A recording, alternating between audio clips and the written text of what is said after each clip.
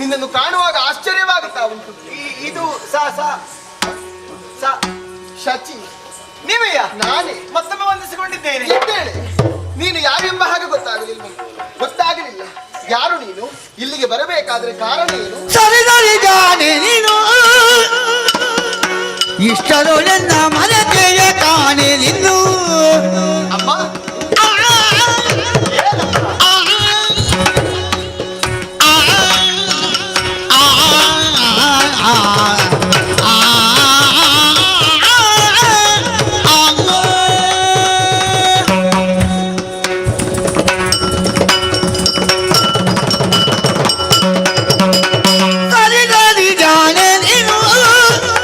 ಇಷ್ಟರು ನನ್ನ ಮನತೆಯ ಕಾಣೆ ನಿನ್ನು. ಸರಸಿ ಜಾಂಬಕ್ಕೆ ನಿನ್ನ ನಿರತ ಸೇವಿಸುತ್ತಿದ್ದ. ಸರಸಿ ಜಾಂಬಕ್ಕೆ ನಿನ್ನ ನಿರತ ಸೇವಿಸುತ್ತಿದ್ದ. ಸುರ ಮಂಜು ಭೋಜೆಯಲ್ಲೇ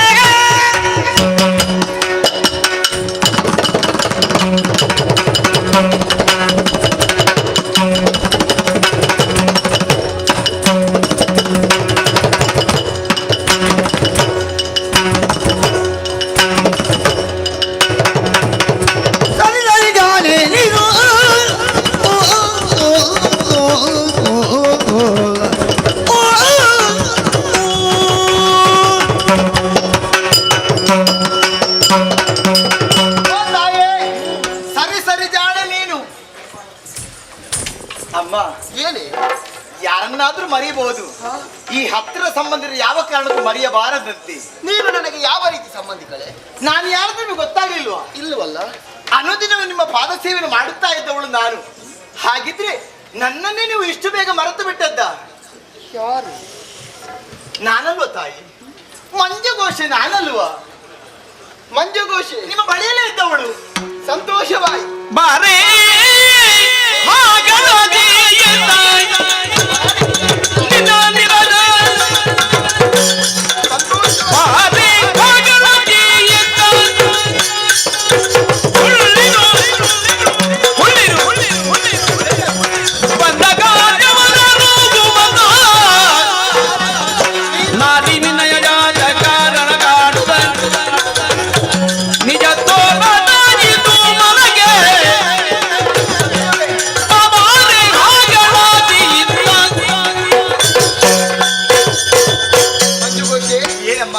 ಕ್ಷಮಿಸಿ. ಆಯ್ತು, ನಿನ್ನನ್ನು ಮರೆತೆ ಎಂಬ ಹಾಗೆ ಬೇಸರಿಸಬೇಡ. ಕ್ಷಮಿಸುವುದಕ್ಕೆ ನಾನು ಯಾರು ತಾಯಿ? ಮಂಜುಘೋಷಿ, ಓ, ನಿನ್ನನ್ನು ಕಂಡು ಮನಸ್ಸಿಗೆ ಬಹಳಷ್ಟು ಸಂತೋಷವಾಯಿತು. ಸರಿ, ಈ ವನದಲ್ಲಿ ಒಬ್ಬಳೇ ಇದ್ದುಕೊಂಡು ಮನಸ್ಸಿಗೆ ಬೇಸರ. ಹಾಗಾಗಿ ನಿನ್ನನ್ನು ಕಂಡಾಗ ಮನಸ್ಸಿಗೆ ಸಂತೋಷವಾಯಿತು. ಅಲ್ಲ, ನೀನು ಬಂದದ್ದೇ ಇಲ್ಲಿಗೆ ಬರೋದಕ್ಕೆ ಕಾರಣವೇನು? ಕಾರಣ ಗೊತ್ತಾಗಿಲ್ವಾ ಅಮ್ಮ?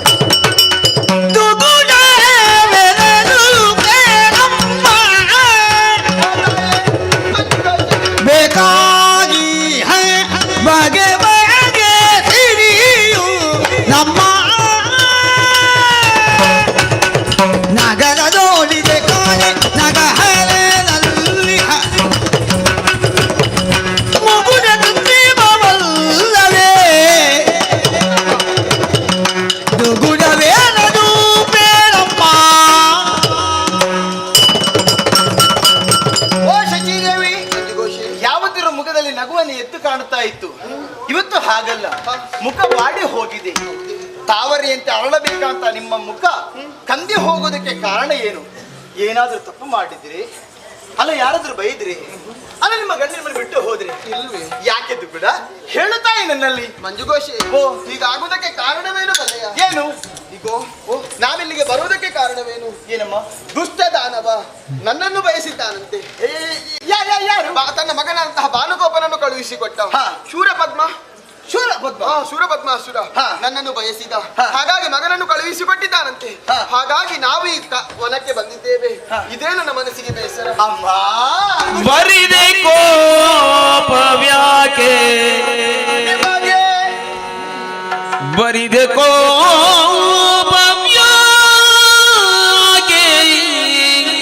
ಯಾಕಮ್ಮ ಬರಿದೆ ಬರಿದೆ?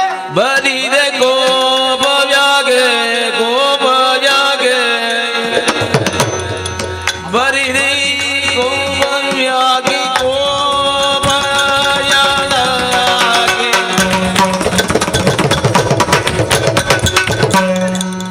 ಓ ತಾಯೇ, ದುರಧೀರ ಸುಂದರನು ಯಾರು? ಪದ್ಮ ದುರಧೀರ ದುರಧೀರ ದುರಧರನು ಬಲು ಸುಂದರನು ಬಲು ಸುಂದರನು ಬರಿದೆ ಕೋಪ ವ್ಯಾಕಿ ಪದ್ಮ ದುರಧೀರ ದುರಧರನು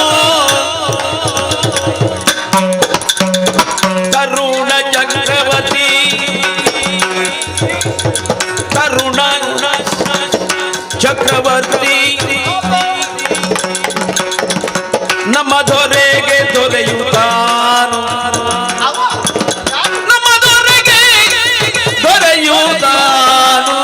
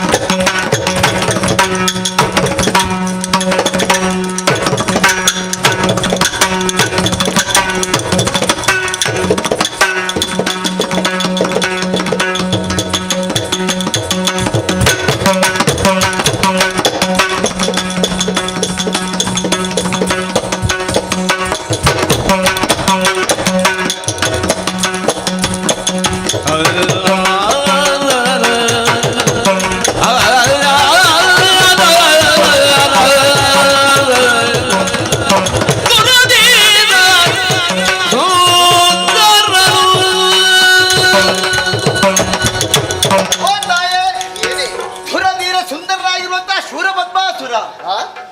ಏನು ಹೇಳ್ತೀರಿ ತಾಯಿ? ಮೂರು ಲೋಕದಲ್ಲಿ ಅವನಿಗೆ ಎಣೆಯಾದವರು ಪ್ರಪಂಚದಲ್ಲಿ ಯಾರೂ ಇಲ್ಲ. ಸೌಂದರ್ಯವಂತರ ವಿಚಾರ ನಿಮಗೆ ಹೇಳಬೇಕಿತ್ತಿಲ್ಲ. ಮನ್ಮಥ, ನಳಕುಬೇರ ಅವರೆಲ್ಲ ಸತ್ತು ಹೋಗ್ಲಿ, ಒಂದು ಮಾತು ಹೇಳಬೇಕಾ? ಏನು? ಕಣ್ಣೆತ್ತಿ ನೋಡಿದರೆ ಸಾಕು, ಶೂರ ಪದ್ಮಾಸುರನ್ನು ಕಂಡ್ರೆ ಯಾರು ಕೂಡ ಸೋಲಲೇಬೇಕು.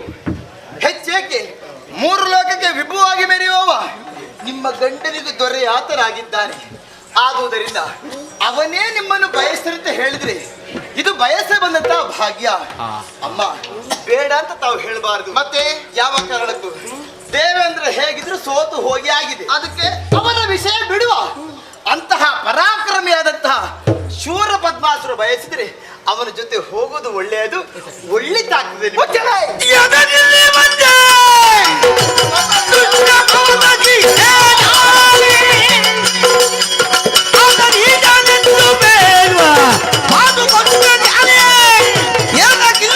ಬಂದೆ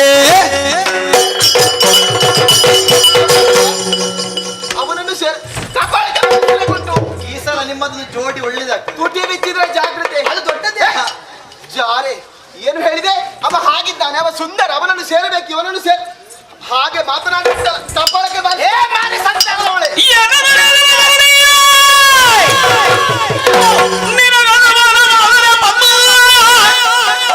ನಿನ್ನ ಅಧೀನವೇ ಬೇಗಂದರ ನಮ್ಮನ್ನು ಬಿಡುವರು ನಿನ್ನ ಯಾರವಗ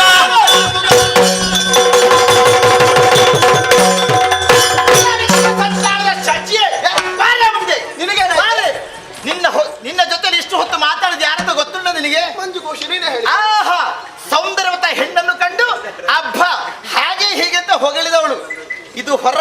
ಮಾತ್ರ ಹೀಗೆ, ಒಳಗೆ ನನ್ನದು ಬೇರೆ. ಆ. ಇಲ್ಲಿ ಅಲ್ಲ, ಬರ್ತಾ ಇಲ್ವಾ? ಬರ್ತಾ ಆಗುದಿಲ್ಲ. ಅಯ್ಯೋ!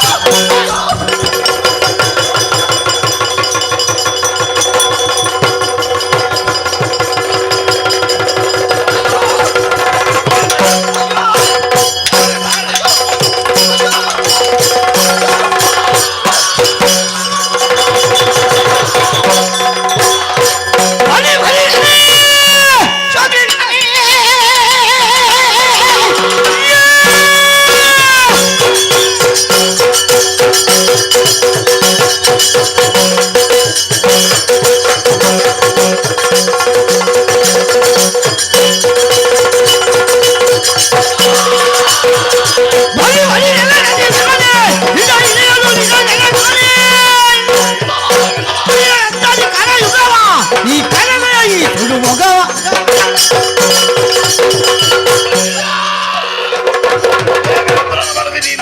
ನನ್ನನ್ನ ಬಯಸಿದ್ರೆ ಬರುವುದಿಲ್ಲ ಅಂತ ಹೇಳಿದ್ಯಾ? ಎಳೆದುಕೊಂಡು ಹೋಗುವುದಕ್ಕೆ ಮುಂದುವರಿದಾಗ ಯಾವನೋ ಒಬ್ಬ ಮುಸುಕು ಹಾಕಿದವ ಬಂದ, ಕೈಗಳನ್ನು ಕತ್ತರಿಸಿ ಬಿಟ್ಟೆನೆಂದು ಭಾವಿಸಿದೆಯ. ನಿನಗೆ ತಕ್ಕುದಾದಂತಹ ಶಾಸ್ತಿಯನ್ನು ಮಾಡದಿದ್ರೆ ನಾನು ಹೆಣ್ಣೆಯಲ್ಲ, ಅಜಮುಖಿಯಲ್ಲ.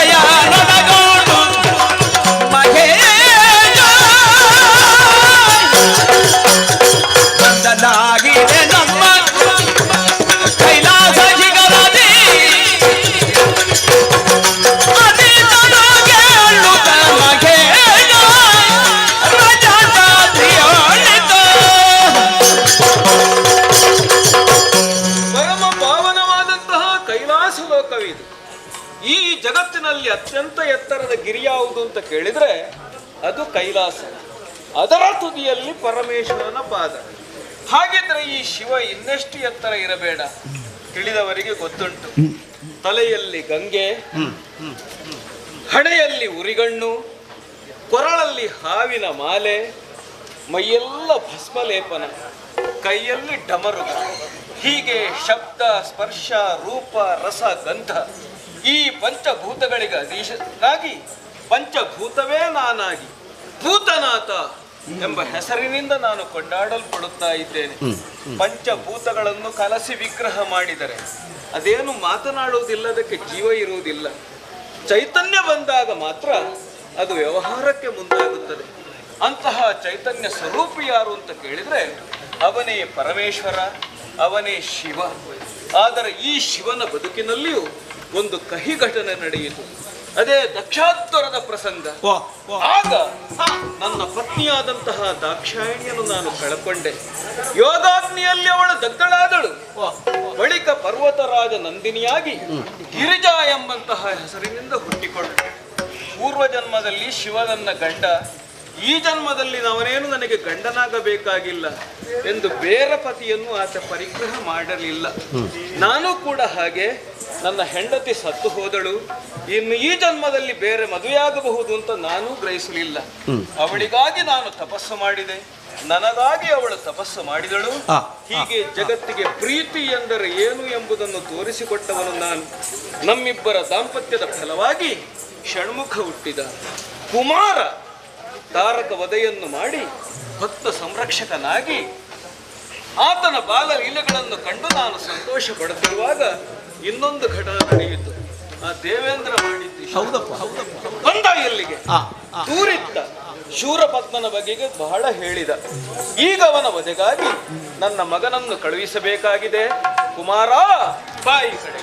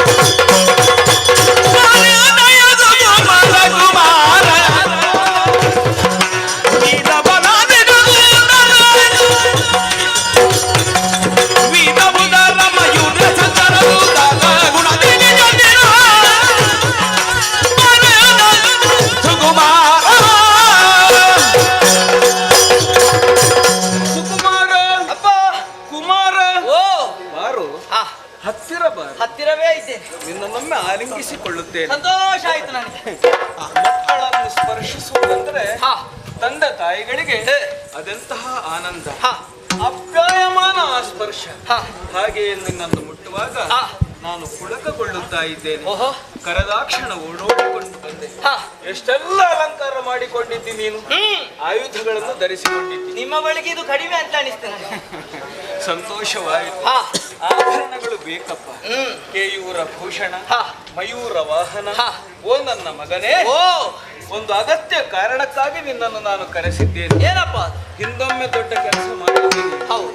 ಈಗಲೂ ಅಂತಹ ಒಂದು ಕೆಲಸಕ್ಕಾಗಿ ನಿನ್ನನ್ನು ನಿಯೋಜಿಸಬೇಕಾಗಿದೆ. ಹಾ ಶರದಿಯಲ್ಲಿ ವೀರ ಮಹೇಂದ್ರಪುರ ಎಂಬ ಪಟ್ಟಣ ಇದೆ. ಹಾ ಅದು ರಾಕ್ಷಸರ ಪುರ.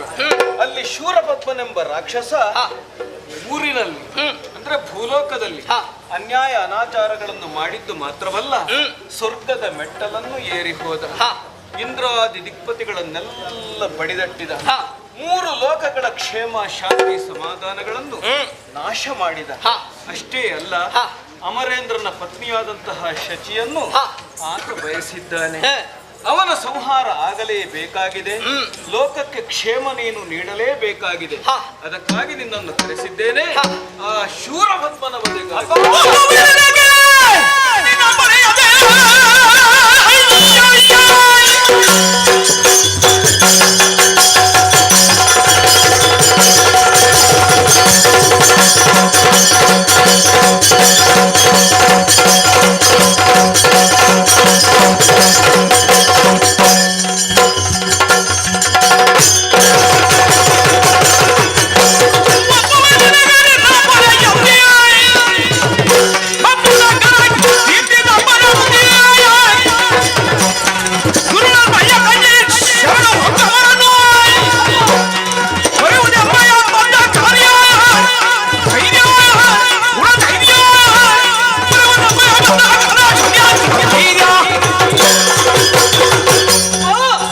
ನಿಮ್ಮ ಮಾತಿನ ಮರ್ಮವೇನು ಎನ್ನುವುದನ್ನು ಚೆನ್ನಾಗಿ ಅರ್ಥವಿಸಿಕೊಂಡೆ. ಕಷ್ಟದಲ್ಲಿ ಬಂದಿರುವಂತಹ ದೇವತೆಗಳು ಯಾರು ಶರಣು ಎನ್ನುವ ಹಾಗೆ ನಮ್ಮ ಬಳಿಗೆ ಬರ್ತಾರೋ ಅಂತವರ ಕಷ್ಟವನ್ನು ಹೋಗಲಾಡಿಸಬೇಕಾದ ದೇವರಾಗಿದ್ದುಕೊಂಡು ನಮ್ಮ ಕರ್ತವ್ಯ. ಬಂದಿರುವಂತಹ ದೇವತೆಗಳಿಗೆ ಕಷ್ಟ, ಅದನ್ನು ಹೋಗಲಾಡಿಸುವುದಕ್ಕೆ ನಾನು ಸಿದ್ಧನಿದ್ದೇನೆ. ಏನು ಮಾಡಬಲ್ಲೆ ಅಪ್ಪ. ಸಣ್ಣ ಬಳಿ ಬಂದಾನು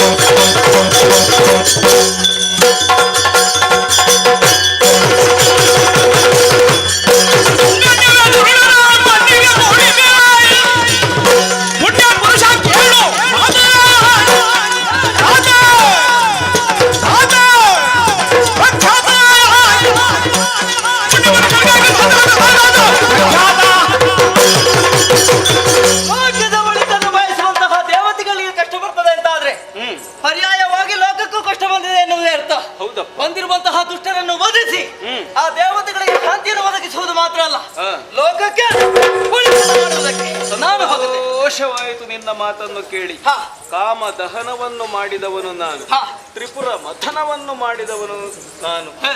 ನಾನು ಲೋಕದ ದೇವ, ನನ್ನ ಮಗ ನೀನು. ಹಾ. ಕುಮಾರಸ್ವಾಮಿ. ಹಾ. ಅಧಿಕಾರ ಕೊಟ್ಟಿದ್ದೇನೆ. ಒಳ್ಳೆದು. ನಾಡಿಗೆ ಬಂದಂತಹ ಸಮಸ್ಯೆಗಳನ್ನು ಹಾ. ಪರಿಹಾರ ಮಾಡು. ಧನ್ಯವಾದ.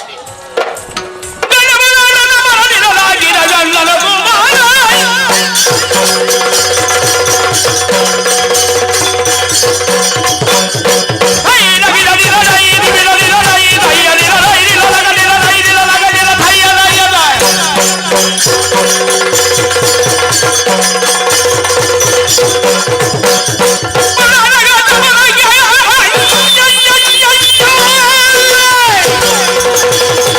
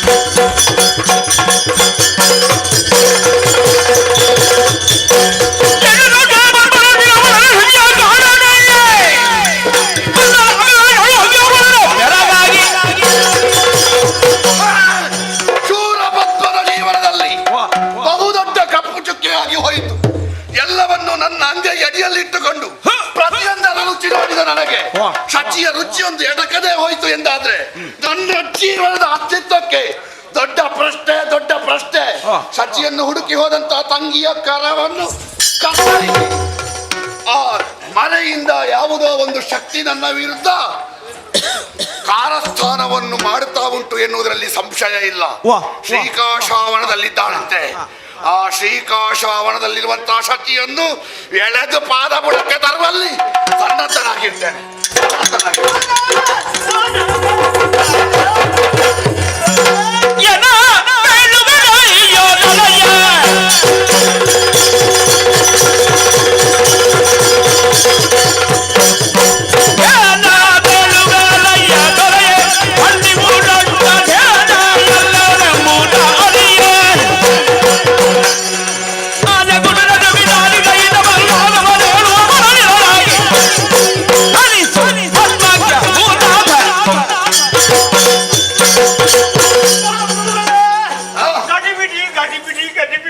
ನೀನು ಗಡಿಬಿಡಿ ಮಾಡಬೇಡ, ಈಗ ಬಂದದ್ದಲ್ವಾ? ಅಲ್ಲ ಮತ್ತೆ ಬಂದದ್ದು ತಡ ಆದ್ರೂ ಬೇಗ ಹೋಗಬೇಕು ಆದ್ರೆ ನಿನಗೆ ಕೊಡ್ತದಲ್ವಾ ಬೇಗ ಹೋಗ್ಬೇಕು. ನಾನು ಅದಕ್ಕೆಲ್ಲ ಮತ್ತೆ? ಹೋಗುವ ಪ್ರಸಂಗ ಆಗುಂಟು ಎಂಥದ್ದು? ಇದು ನಾನು ಕಾವಲಿಯಲ್ಲಿ ಕುಳಿತಿರುವ ಸಂದರ್ಭ. ನಿನಗೆ ಸ್ವಲ್ಪ ಶೀತ ಇರಬೇಕು.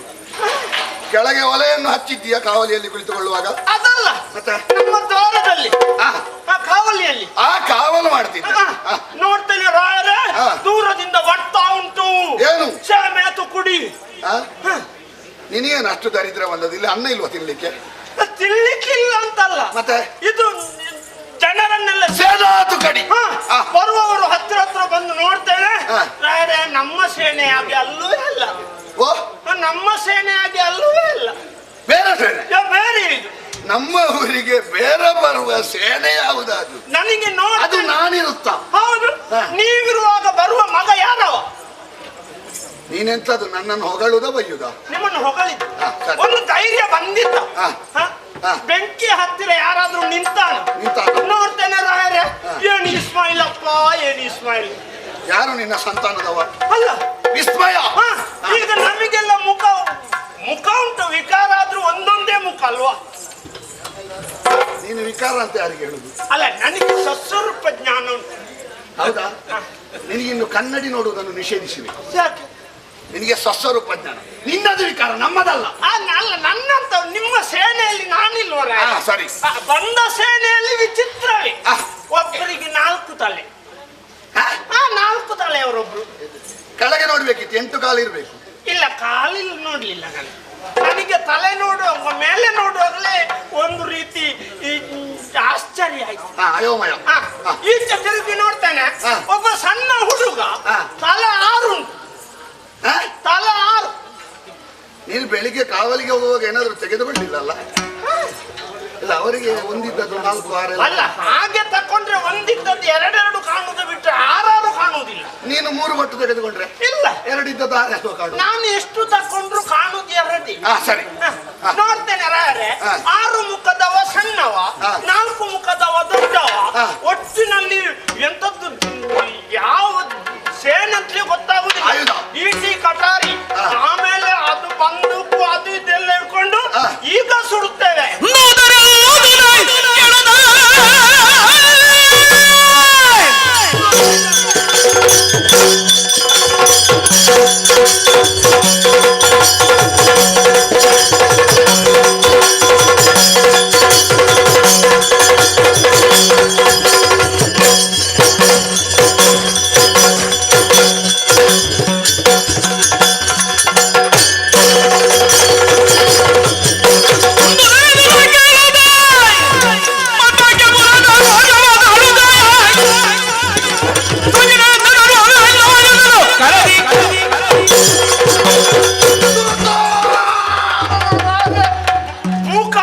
ಸ್ಥಿತಿ ಆಗ್ತದೆ ಈಗ.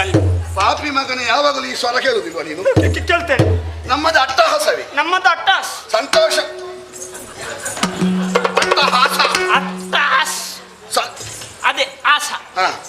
ಸಂತೋಷ ಆಗುವಾಗಲೂ ಅಟ್ಟಹಾಸ, ಅಟ್ಟಾಸ. ದುಃಖ ಆಗುವಾಗಲೂ ಅಟ್ಟಹಾಸ. ನಾವು ಯಾರು ಸತ್ರು ನಮ್ಮದು ಅಟ್ಟಾಸ. ಅಟ್ಟಹಾಸವೇ. ಅಟ್ಟ. ಕೋಪ ಬರುವಾಗಲೂ ಅಟ್ಟಹಾಸ. ನಾವು ಅಟ್ಟಕ್ಕೆ ಹೋದ್ರು ಅಟ್ಟಹಾಸ.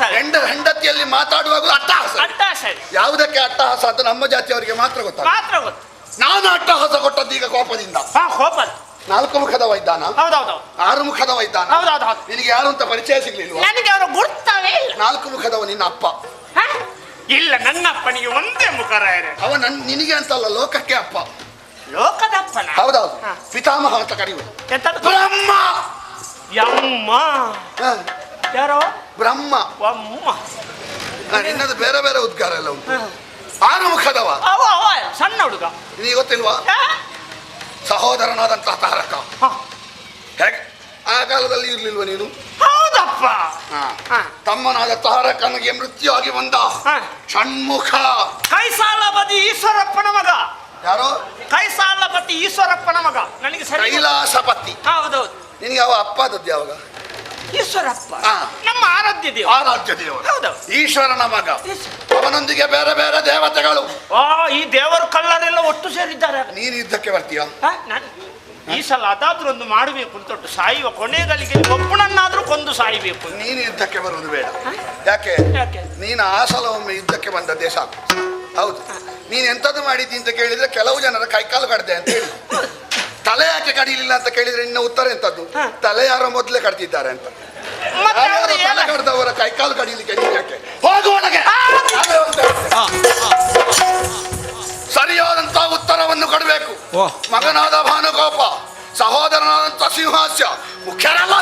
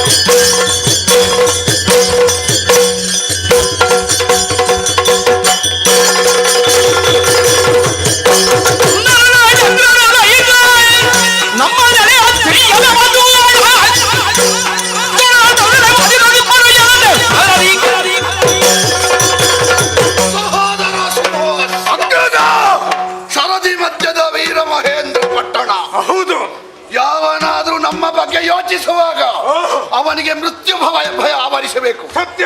ಅಂತ ಭದ್ರ ಜಲದುರ್ಗದಿಂದ ಆವರಿತವಾದಂತ ಪಟ್ಟಣ. ನಮ್ಮ ಮನೆ ಅಂಗಳಕ್ಕೆ ಒಂದು ಸೇನೆ ಬಂದಿದೆ. ನಮ್ಮಂಗಳಕ್ಕೆ ಸೇನೆಯ ಮುಂದಾಳತ್ವದಲ್ಲಿ ಬಂದ ಒಬ್ಬ ತರಳ, ಬೇರೆ ಯಾವ ತರಣನೂ ಅಲ್ಲ, ನಮ್ಮ ಹಿಂದಿನದಾದಂತ ಸಹೋದರನ ಹತ್ಯೆಗೆ ಕಾರಣವಾದಂತ ಷಣ್ಮುಖ.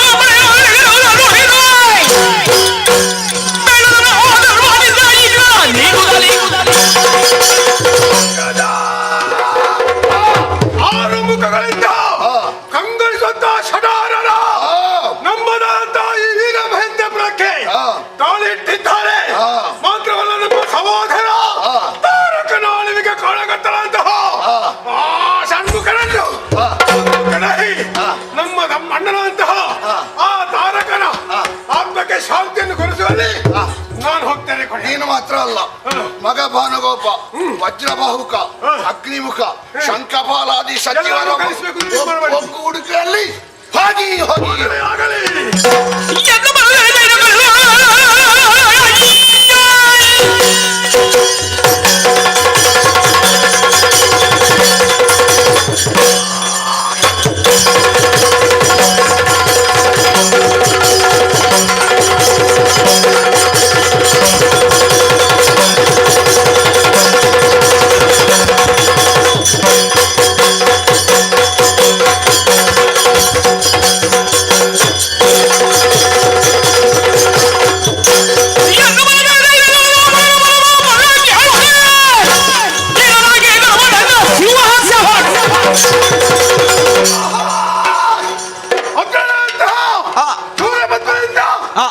ಬೇಕಾದಂತ ಆಶೀರ್ವಾದ ಪಡೆದು ಸೇನೆಯನ್ನೆಲ್ಲ ನನಗೆ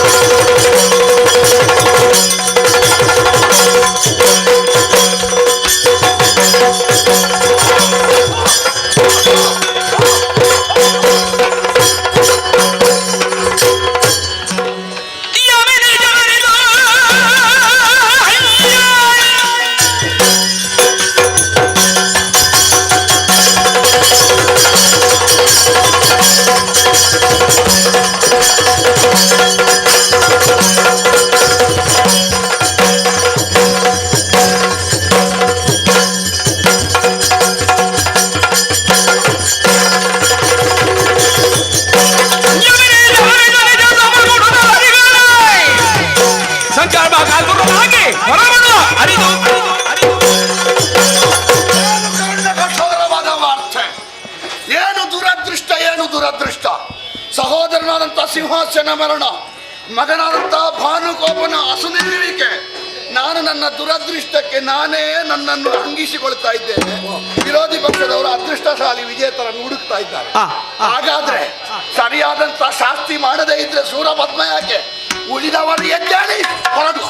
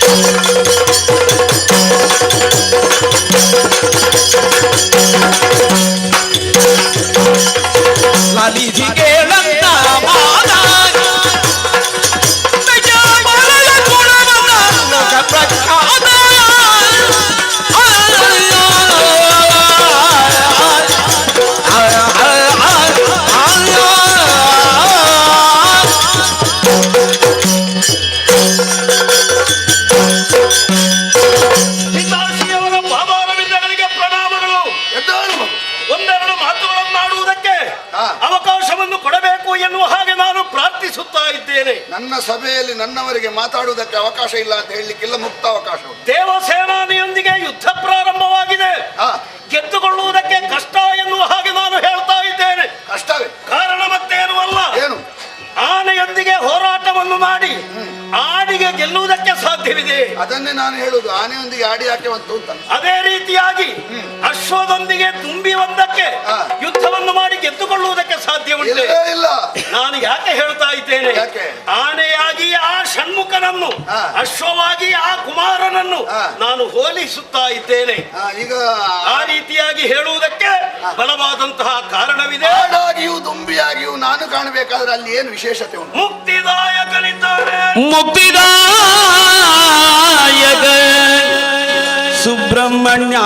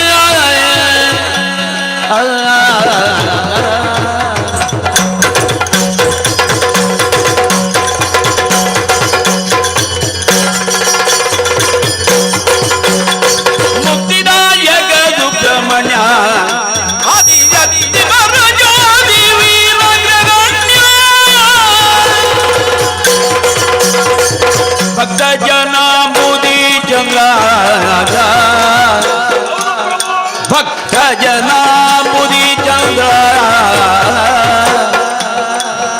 ನಿನ್ನ ಯುಕ್ತಿಯನ್ನು ಜಗುಣ ಭಕ್ತ ಜನ ಮುದಿ ಚಂದ್ರ ನಿನ್ನ ಯುಕ್ತಿಯನ್ನು ಜಗುಣ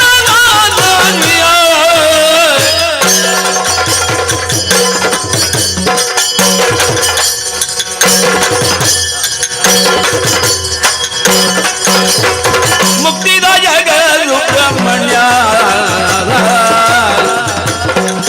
ಆದಿಶಕ್ತಿ ಪರಜ್ಯೋತಿ ವಿರಾಜಗಣ್ಯ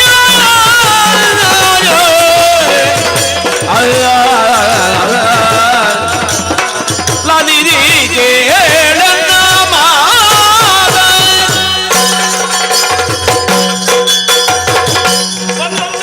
ಷಣ್ಮುಖ ಯಾಕಾಗಿ ಪ್ರಪಂಚದಲ್ಲಿ ಹುಟ್ಟಿಕೊಂಡ ಆತನ ಜೀವನದ ಉದ್ದೇಶವೇನು, ಜೀವನದಲ್ಲಿ ಮಾಡಿದಂತಹ ಮಹತ್ ಕಾರ್ಯಗಳೇನು, ಇವುಗಳೆಲ್ಲವನ್ನು ಯೋಚಿಸಿದಾಗ ನಾನು ಈ ರೀತಿಯದ್ದಾದಂತಹ ಮಾತುಗಳನ್ನು ಆಡಬೇಕಾಗಿ ಬಂತು.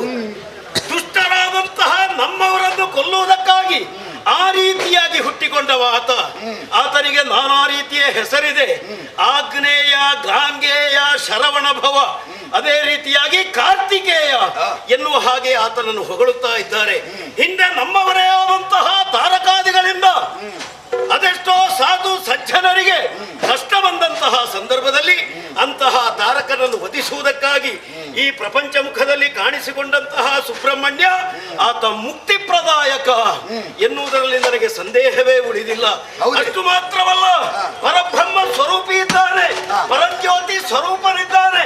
ಆತನೊಂದಿಗೆ ಹೋರಾಟವನ್ನು ಮಾಡಿದಂತಹ ನಮ್ಮವರು ಅದೆಷ್ಟೋ ಮಂದಿಗಳು ಮಡಿದು ಹೋಗಿದ್ದಾರೆ.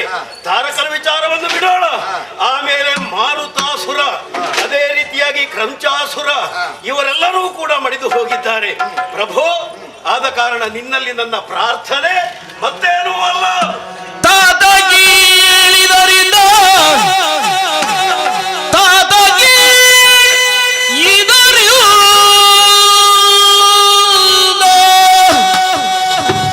ಕದನದ ಮಾತ ಬಿಡೋ ಕದನದ ಮಾತ ಬಿಡೋ ಸೊಗಸಲ್ಲ ನಿರ್ಜರನಾಥನನುಗ ಸುರಾಂಗನಾದ್ಯರ ಸೆರೆಯ ಬಿಡುದಿ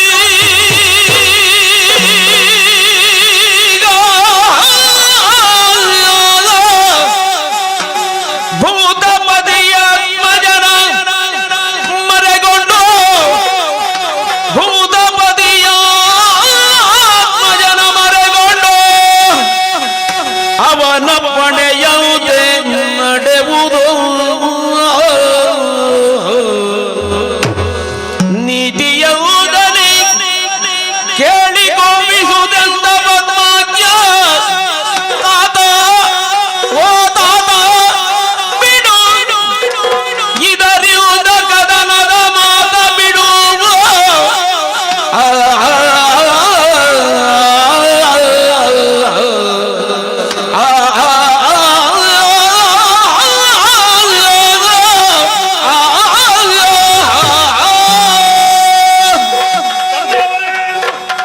ಅವ ದೊಡ್ಡವ, ನಾವು ಮಾಡುವುದು ಸರಿ ಇಲ್ಲ. ಸರಿ, ಇದು ಪ್ರಪಂಚದಲ್ಲಿ ಸರಿ ಇಲ್ಲ ಅಂತ ಹೇಳಲಿಕ್ಕೆ ತುಂಬಾ ಮಂದಿ ಇದ್ದಾರೆ. ಒಬ್ಬ ದೊಡ್ಡ ಬೀದಿಯಲ್ಲಿ ಒಂದು ಚಿತ್ರ ಬರೆದು ಇದರಲ್ಲಿ ಎಷ್ಟು ತಪ್ಪುಟ್ಟು ಅಂತ ಹೇಳಿದ್ರಂತೆ. ಎಲ್ಲಾ ಕಡೆ ಮರುದಿವಸ ಬರುವಾಗ ಗೀಚಿದ್ರಂತೆ. ಮರುದಿವಸ ಅಂತದೇ ಚಿತ್ರ ಮಾಡಿ ಹೇಳಿದ್ರಂತೆ. ಇಲ್ಲಿ ತಪ್ಪು ಅಂತ ಮಾತ್ರ ಹೇಳಿದ್ರೆ ಸಾಲದು, ಏನು ತಪ್ಪು ಅಂತ ಹೇಳಬೇಕು. ಮರುದಿವಸ ಯಾರು ಮುಟ್ಲಿಲ್ಲ ಅಂತ. ತಪ್ಪು ಹೇಳಲಿಕ್ಕೆ 1000 ಮಂದಿ ಇದ್ದಾರೆ. ಸರಿ ಅಂತದ್ದು ಮಾಡ್ಬೇಕು ಅಂತ ನಾವು ಏನೆಲ್ಲ ಅಪರಾಧವನ್ನು ಮಾಡಿದ್ದೇವೆ ಎನ್ನುವ ಹಾಗೆ ಒಮ್ಮೆ ಮೆಲುಕು ಹಾಕೋಣ. ಗೋ ಬ್ರಾಹ್ಮಣರನ್ನು ಹಿಂಸಿಸಿದ್ದೇವೆ, ಯಾಗ ಯಜ್ಞಾದಿಗಳನ್ನು ಕೆಡಿಸಿದ್ದೇವೆ, ಪ್ರಕೃತಿಯ ನಿಯತಿಗೆ ವಿರೋಧವಾಗಿ ದೇವಲೋಕವನ್ನು ನಾವು ಸ್ವಾಧೀನ ಮಾಡಿಕೊಂಡವರಿದ್ದೇವೆ, ದೇವೇಂದ್ರನ ಮಡದಿಯಾದಂತಹ ಶಚಿಯನ್ನು ನೀವು ಬಯಸಿದವರಿದ್ದೀರಿ. ಲೋಕ ಮುಖದಲ್ಲಿ ಇದೆಲ್ಲವೂ ಅಪರಾಧವಾಗುತ್ತಾ ಇದೆ. ಆದ ಕಾರಣ ನನ್ನ ಪ್ರಾರ್ಥನೆ ಮತ್ತೇನೂ ಅಲ್ಲ, ಕಾರಾಗೃಹದಲ್ಲಿ ಇರಿಸಿದಂತಹ ಜಯಂತ ಜಯಂತನನ್ನಾಗಲಿ ಅದೆಷ್ಟೋ ಸುರ ಸ್ತ್ರೀಯರನ್ನಾಗಲಿ ಅವರೆಲ್ಲರನ್ನೂ ಬಿಟ್ಟು ಬಿಡೋಣ. ನಾವು ಇಷ್ಟು ಮಾಡಿದೆವು ಎಂದಾದರೆ ಪ್ರಭು ಪರಮೇಶ್ವರನ ಸುಕುಮಾರನಾದಂತಹ ಆ ಕುಮಾರನ ಆಶೀರ್ವಾದವನ್ನು ಅನುಗ್ರಹವನ್ನು ಪಡೆಯುವುದಕ್ಕೆ ಸಾಧ್ಯತೆ ಇದೆ. ಆ ರೀತಿಯ ಮನಸ್ಸನ್ನು ನೀವು ಮಾಡಬೇಕು.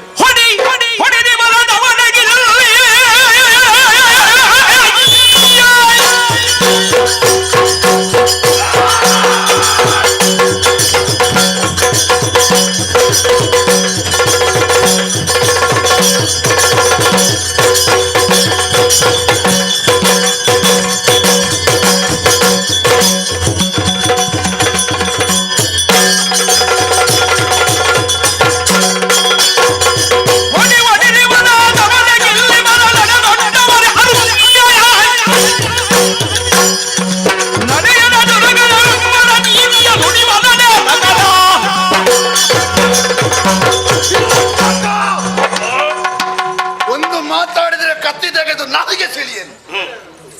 ಹೊಡಿ ಹೊಡಿ ಅಂತ ನಾನು ಬೊಬ್ಬೆ ಹಾಕಿದ್ಯಾಕೆ? ನಾನು ಮಾತಾಡದಿದ್ರೆ ಸಭೆ ಎದ್ದು ಹೊಡೀತಿತ್ತು ನಿನಗೆ.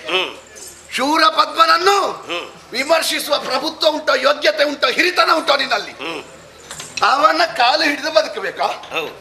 ಏನು ನನ್ನ ಪ್ರಾರ್ಥನೆ, ಶಚಿಯನ್ನು ಬಯಸದೇ ಇದ್ರೆ, ಜಯಂತನನ್ನು ಬಿಟ್ಟು ಕೊಟ್ರೆ, ಸತ್ತ ನನ್ನ ಯೌವನದ ರೂಪ ಭಾನುಗೋಪ ಬರ್ತಾನ? ಹೋದ ನನ್ನ ಬಲಗೈ ಸಿಂಹಾಸೆ ಬರ್ತಾನ? ಅಳಿದು ಹೋದಂತ ತಾರಕನನ್ನು ನಾನು ಮತ್ತೆ ನೋಡ್ತೇನಾ? ಇಲ್ಲಲ್ಲ. ನನ್ನಿಂದಾಗಿ ನೀನೇ ಹೊರತು ನಿನ್ನಿಂದಾಗಿ ನಾನಲ್ಲ. ನೀನೆಷ್ಟು ಅರಿತಿದ್ಯೋ ಅದಕ್ಕಿಂತ 3 ಪಟ್ಟು ಅರಿಯುವಷ್ಟು ಯೋಗ್ಯತೆಯು ವಿವೇಕವು ನನ್ನಲ್ಲಿ ಉಂಟು. ಖಂಡಿತವಾಗಿಯೂ ನಾನು ಪ್ರಶ್ನಿಸುವುದಿಲ್ಲ. ಗುರಿ ಯಾವುದು ಎನ್ನುವುದಾಗಿ ಸ್ಪಷ್ಟ ಇಲ್ಲದೆ ಹೊರಟು ನಿಂತ ಅವಿವೇಕಿ ಶೂರಪದ್ಮ ಅಂತ ಭಾವಿಸಬೇಡ. ನೋಡ, ದಾನವ ಸೇನೆಯನ್ನು ಕಟ್ಟಿ ಬೆಳೆಸುವಲ್ಲಿ ನನ್ನ ರಕ್ತವನ್ನೇ ಹರಿಸಿದ್ದೇನೆ ನಾನು. ದಾನವ ಕುಲದವರಿಗೆ ಜೀವದ ಮೇಲೆ ಬಯಕೆ ಇದ್ರೆ ಅವರು ಒತ್ತಾಯದಿಂದ ಜೀವ ಕೊಡಬೇಕು ಎನ್ನುವುದಾಗಿ ಬಯಸುವವ ಶೂರಪದ್ಮ ಅಲ್ಲ.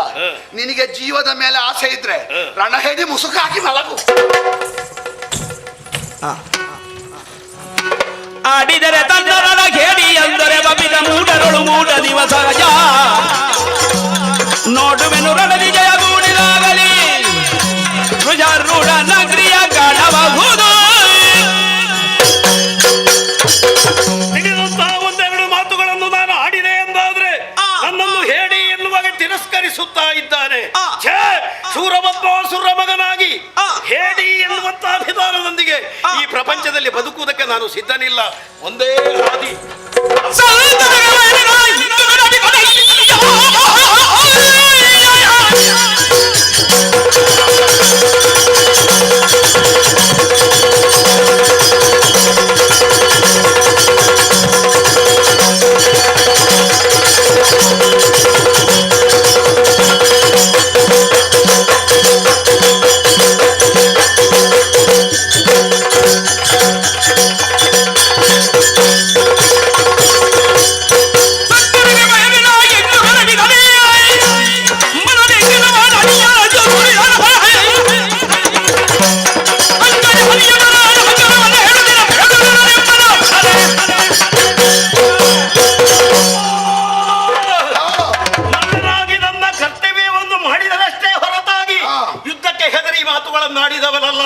ನಿಮ್ಮ ಆಶಯ ಇಂತಿರೆ ಹೊಡಿಯಪ್ಪಣೆ. ಕುಮಾರಸ್ವಾಮಿಗೆ ಪಾದಕ್ಕೆ ಬೀಳುವುದನ್ನು ಬಿಡು, ಅವನಿಗೆ ಹೊಡಿಯು. ಮುಂದುವರಿದೆ.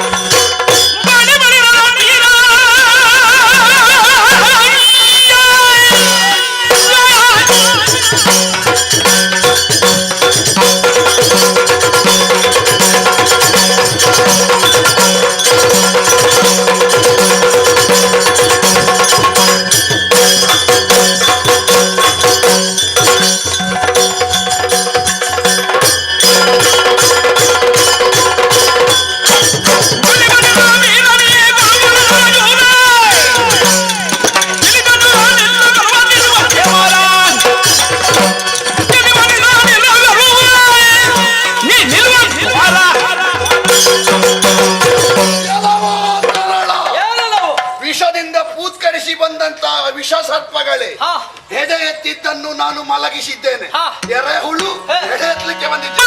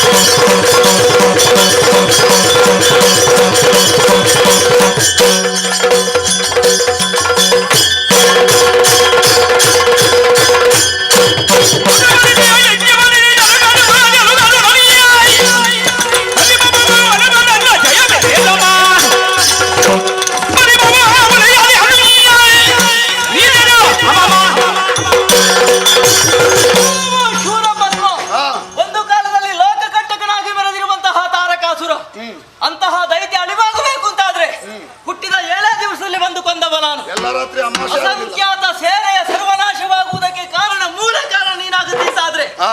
ನೀನು ಮಾಡಿರುವಂತಹ ತಪ್ಪನ್ನು ಒಪ್ಪಿಕೊಳ್ಳುತ್ತಿದ್ದಾದ್ರೆ ಬದುಕುವುದಕ್ಕೆ ಅವಕಾಶ ಕೊಟ್ಟೆ. ಯಾವುದೋ ತಪ್ಪು? ಇಲ್ಲದೆ ಇದ್ರೆ ಅವನ ದಾರಿ ನಿನಗೆ ದೇವತೆಗಳನ್ನು ಸೋಲಿಸಿ ನಾವು ತಪ್ಪು ಅಂತ ಮಾಡ್ಲಿಕ್ಕಿಲ್ಲ, ಮಾಡಿದ್ದೆಲ್ಲ ಸರಿ.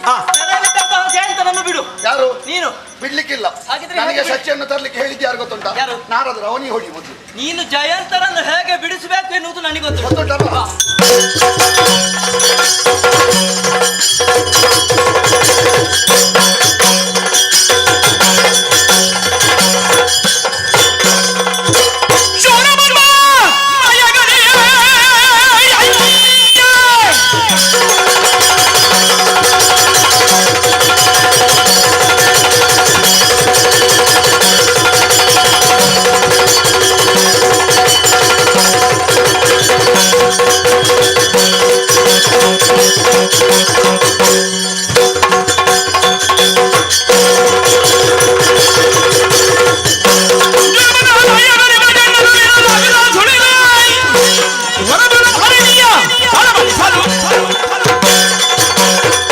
ಅವನಕ್ಕೆ ಭಾವಿಸಿದ್ದಾನೆ ಕೇವಲ ಆಘಾತದಿಂದ ಸೋಲುವ ಭಟ ಈ ಶೂರಪದ್ಮ ಅಂತ. ನನ್ನ ಮಾಯಕದ ವಿಸ್ತಾರ ಏನು ಅಂತ ತೋರಿಸಬೇಕು. ಬೇರೆಯಾಗಿ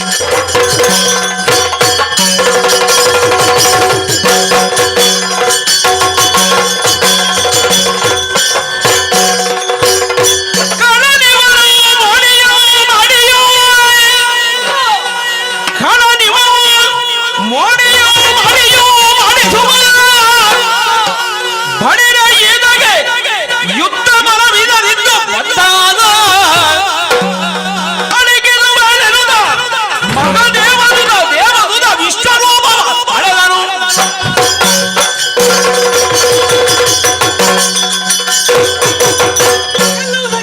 ಆಗಿರುವಂತಹ ಶೂರಪದ್ಮ ಮಾಯಾ ಯುದ್ಧಕ್ಕೆ ತೊಡಗಿದ್ದಾನೆ. ಕುಕ್ಕುಟವಾಗಿಯೋ ಮಯೂರವಾಗಿಯೋ ಅಲ್ಲ ಸರ್ಪವಾಗಿಯೋ ನಾನಾ ರೀತಿಯಲ್ಲಿ ಯುದ್ಧ ಮಾಡಿದ್ರು ಕೂಡ ಅವನ ಮಾಯ ಏನಿದೆಯೋ ಅದನ್ನೆಲ್ಲ ಭೇದಿಸಿದವನಿದ್ದೇನೆ. ಹಾಗಂತ ಇವು ಯುದ್ಧಕ್ಕೆ ಬಂದಿರುವಂತಹ ಇವನ ಮೂಲ ಉದ್ದೇಶ ಏನು ಅದನ್ನು ತಿಳಿಬೇಕು ಅಂತಾದ್ರೆ ಹೀಗಲ್ಲ, ವಿಶ್ವ ವಿರಾಟ ರೂಪದಿಂದ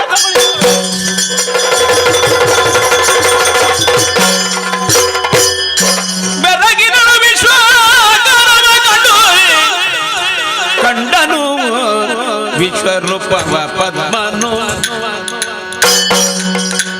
ಕಂಡನು ವಿಶ್ವರೂಪವ ಪದ್ಮನು ಕಂಡನು ವಿಶ್ವನಾಯಕನ ನೆಲೆಗೊಂಡಿರುವ ನಿಮಾಯಗನ ಆಗ ಪಂಡ ನಿಧಿಯ ದೇವ ತಂಡ ಬಂದಿದ ದುಃಖ ಜರುಡ ಮುರುದಿಯ ಪ್ರಮಾಣ ಪಲಕನನು ಕಂಡನು ವಿಶ್ವರೂಪವ ಪದ್ಮನು ಕಂಡನು ವಿಶ್ವನಾಯಕನಾಗ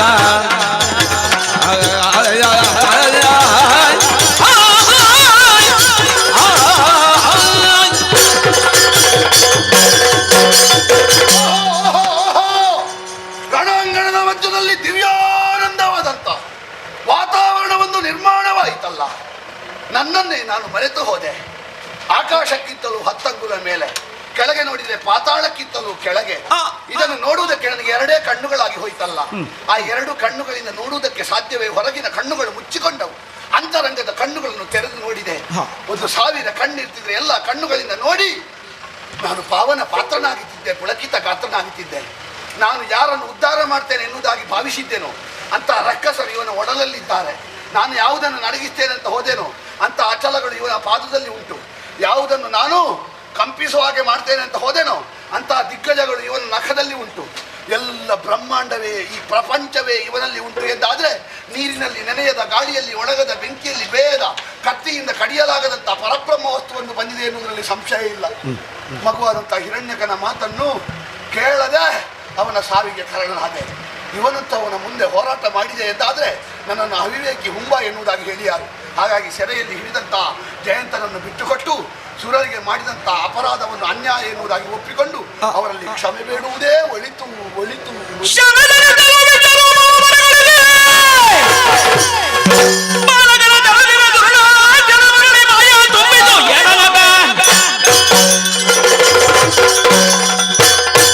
ಎಲ್ಲವೂ ವಿಚಿತ್ರವಾಗಿ ಕಾಣುತ್ತಾ ಇದೆ. ವಿಶ್ವ ವಿರಾಟ ರೂಪದಿಂದ ಕಂಗೊಳಿಸಿದ್ದೆ ತಡ ಭಕ್ತಿಯಿಂದ ನನ್ನನ್ನು ಸ್ತುತಿಸುವುದಕ್ಕೆ ಮುಂದಾಗಿದ್ದಾನೆ. ಹಾಗಿದ್ರೆ ಇವನ ಸೇನೆ ಇಷ್ಟೆಲ್ಲ ನಾಶವಾಗುವುದಕ್ಕೆ ಮೂಲ ಕಾರಣ ಇವನೇ ಆಗಿದ್ರೂ ಕೂಡ ಯಾಕೆ ನನ್ನನ್ನು ಸ್ತುತಿಸುವುದಕ್ಕೆ ಮುಂದಾಗಿದ್ದಾನೆ? ಹಾಗಿದ್ರೆ ಇವನ ಉದ್ದೇಶ ಏನು, ಇವನ ಆಂತರ್ಯ ಏನು ಎನ್ನುವುದನ್ನು ತಿಳಿಯಬೇಕು ಅಂತಾದ್ರೆ ಹೀಗಲ್ಲ, ಮೊದಲಿನಂತೆ ಕಂಗೊಳಿಸ.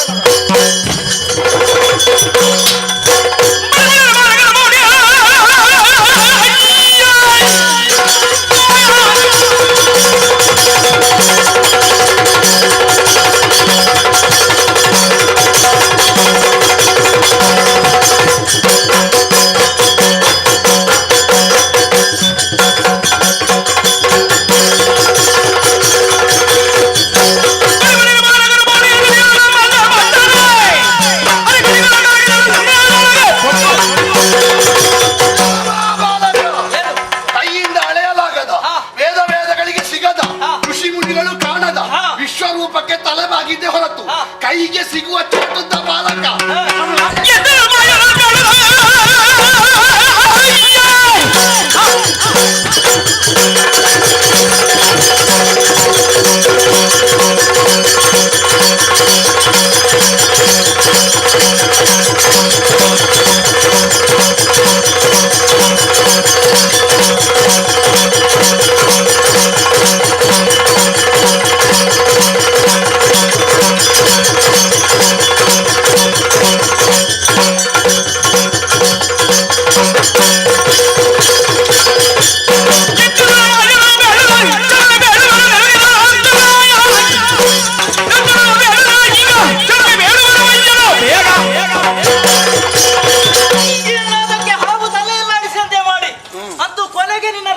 ಬುದ್ಧಿಯನ್ನು ತೋರಿಸಿದೆ, ನಿನಗೆ ಸಾವೇ ಗತಿವ.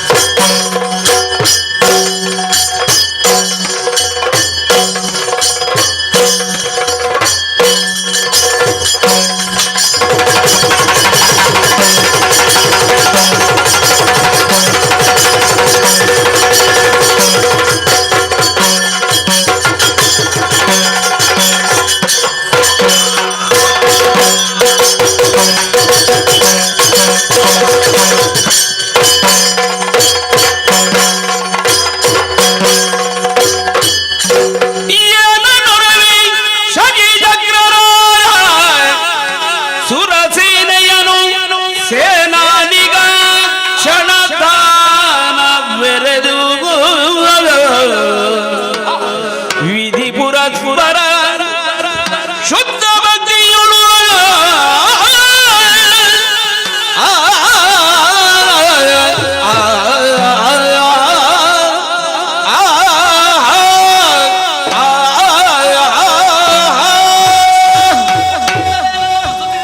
ಶೂರಪದ್ಮಾಸುರ ಅಂತೂ ಕೊನೆಯ ಕಾಲಕ್ಕಾಗುವಾಗ ಅಳಿವಾಗಿ ಹೋಗಿದ್ದಾನೆ. ಆತನ ವಧೆಯಾದದ್ದೇ ತನ್ನ ದೇವ ದುಂದುಬಿ ಮಲಗುವುದಕ್ಕೆ ಆರಂಭವಾಗಿದೆ. ದೇವತೆಗಳು ಹೂಮಳೆಗರೀತಾ ಇದ್ದಾರೆ. ಹಾಗಿದ್ರೆ ಮಾಡಬಾರದಿಂತಹ ಅಂತ ಎಲ್ಲ ಅನ್ಯಾಯಗಳನ್ನು ಮಾಡಿದಂತಹ ಪರಿಣಾಮವಾಗಿ ಇವನನ್ನು ವಿರೋಧಿಸುವುದಕ್ಕೆ ಬರಬೇಕಾಯಿತು. ಸೆರೆಯಲ್ಲಿದ್ದಂತಹ ಜಯಂತನು ಬಂದಿರುವಂತಹ ಕಷ್ಟಗಳೇ ಎಲ್ಲಿದೆಯೋ ಅದೆಲ್ಲವನ್ನೂ ಕೂಡ ದೂರಗೊಳಿಸಿದವನಿದ್ದೇನೆ. ಎಂಬಲ್ಲಿಗೆ ಮನಸ್ಸಿಗೆ ಸಮಾಧಾನವಾಯಿತು. ಅಧರ್ಮದ ಪ್ರಾಬಲ್ಯ ಧರ್ಮದ ಪ್ರಾದುರ್ಭಾವದ ಮೂಲಕ ನಶಿಸಲ್ಪಟ್ಟಿದೆ ಎನ್ನುವ ಈ ಕಥೆಯಲ್ಲಿ ಅಂತರ್ಗತವಾಗಿರುವಂತಹ ತತ್ವವೇ ಪ್ರಸಾದ ರೂಪವಾಗಿ ಇದುವರೆಗೆ ಈ ಪುಣ್ಯ ಕಥಾನಕವನ್ನು ಯಾರು ನೋಡಿದ್ರು, ನೋಡುವುದಕ್ಕೆ ಯಾರು ಅನುಕೂಲ ಮಾಡಿಕೊಟ್ಟಿದ್ದಾರೆ ಅಂತವರಿಗೆ ನಾವು ನಂಬಿರುವಂತಹ ಮಹಾಗಣಪತಿ ಸ್ಥಳ ದೇವರು ಸಕಲ ದೇವರ ಆಶೀರ್ವಾದ ಇರಲಿ ಎನ್ನುವ ಹಾಗೆ ಬೇಡಿಕೊಳ್ಳುತ್ತಾ ಪುಣ್ಯ ಕಥೆಗೆ ಮಂಗಲ ಮಂಗಲ. ಶ್ರೀ